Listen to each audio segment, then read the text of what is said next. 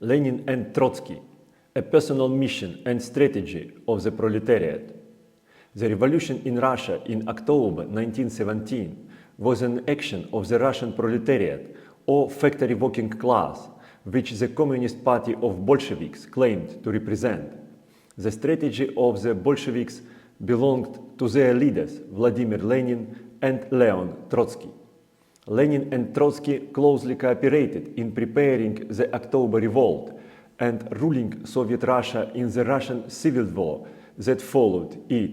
They defeated the former Russian upper classes and foreign interventionist elite to them.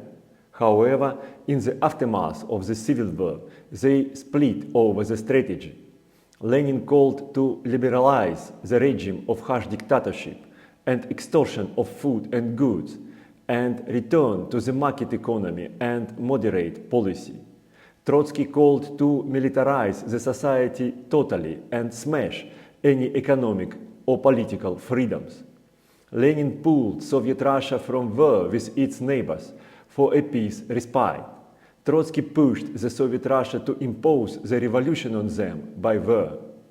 Lenin's and Trotsky's strategies diverged to become opposing. They had the same enemies, the old Russian upper classes and global imperialism. What caused their divergence?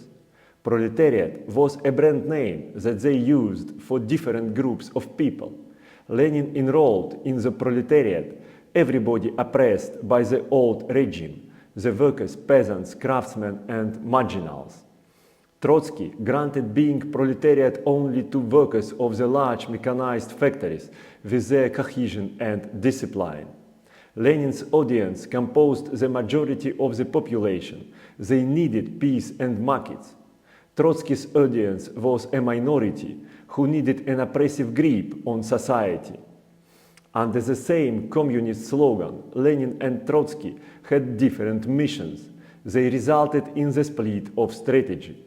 In the course of the strategy's implementation, the strategic mission guides the choices between alternatives that the strategic actions create.